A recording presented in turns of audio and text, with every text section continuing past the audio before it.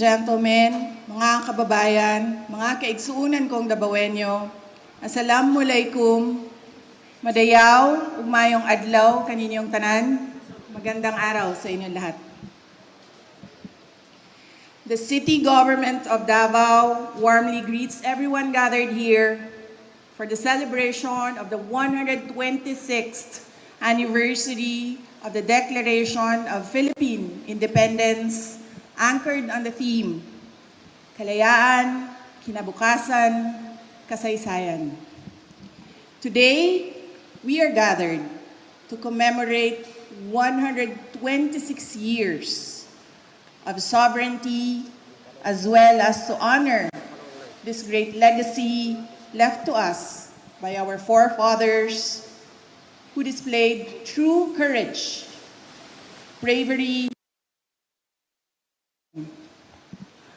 On Independence Day, we do not only celebrate our liberation, but also place emphasis on the importance of remembering the adversities we overcome and the ideals we fight for.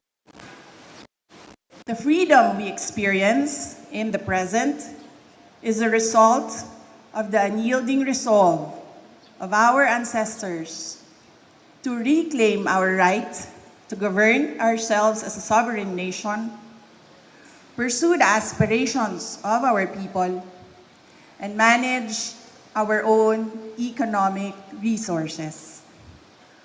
While we pay tribute to their countless sacrifices and reflect on the past, we must also look forward toward the future as our independence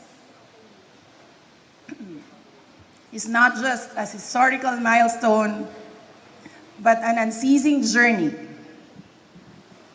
It is our duty and moral responsibility to maintain this freedom by learning from our past mistakes and tackling the current issues that obstruct our growth as a nation. Lastly, we encourage everyone, especially the youth, to uphold the values of patriotism and democracy as you hold the key to the future. As you go out into the world, make wise decisions that not only benefit you, but also contribute to the greater good. Always be reminded that the consequences of your actions and choices can shape the future of our country. May you be the driving force for positive change in the country that truly is the spirit of independence.